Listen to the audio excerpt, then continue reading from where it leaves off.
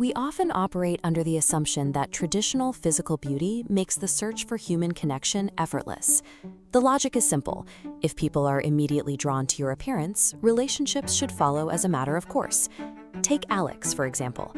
When Alex enters a crowded social space, the atmosphere shifts, conversations trail off, and heads turn. The room's collective attention is captured in an instant. You see the immediate reactions, the long stares and the quiet whispers to friends.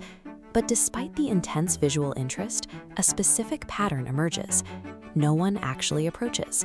While everyone is looking at Alex, they all maintain a noticeable physical distance. Alex remains isolated at the center of the room, observed by many but engaged by none. Extraordinary beauty commands the gaze of the room, but it simultaneously constructs an invisible barrier that prevents the very contact it seems to invite. This diagram illustrates a common social friction, where high visual appeal actually deters interest. It suggests that while beauty captures initial notice, it often acts as a deterrent for potential partners, rather than an invitation. A social barrier forms based on the assumptions of the crowd. People look at Alex and decide they must already be in a relationship, or that they are simply too out of their league to be approachable.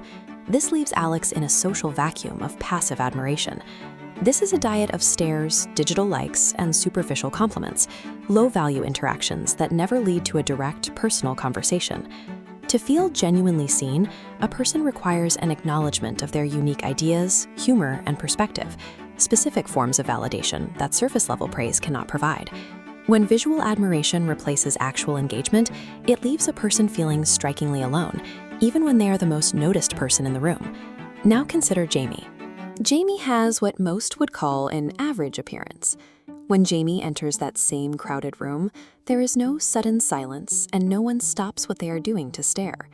Jamie benefits from how we handle risk. Risk aversion is a human tendency to prioritize avoiding the pain of rejection over seeking a potential reward. While a perfect figure feels like a steep mountain to climb, Jamie represents a gentle, walkable hill.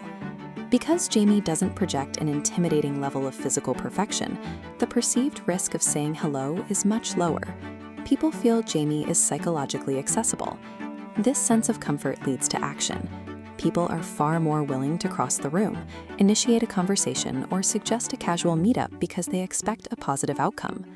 In the early stages of connection, the ease with which someone can be approached is a more powerful catalyst for interaction than physical perfection. That accessibility creates a compounding effect. Since more people are willing to start a conversation, Jamie receives a much higher volume of direct, focused attention. Every shared laugh and moment of active listening acts as a deposit into self-worth. Jamie's chart fills rapidly with high-value interactions, while Alex's receives only hollow outlines. This positive feedback reinforces Jamie's confidence, making mutual attraction far more likely. This creates a predictable result. Humans tend to feel drawn to those who consistently give them their focus. Direct, sustained attention is often the primary driver of romantic interest. These frequent, high-quality interactions build a self-sustaining loop of mutual interest that distant, passive observation never triggers. Over time, the paths of these two people diverge.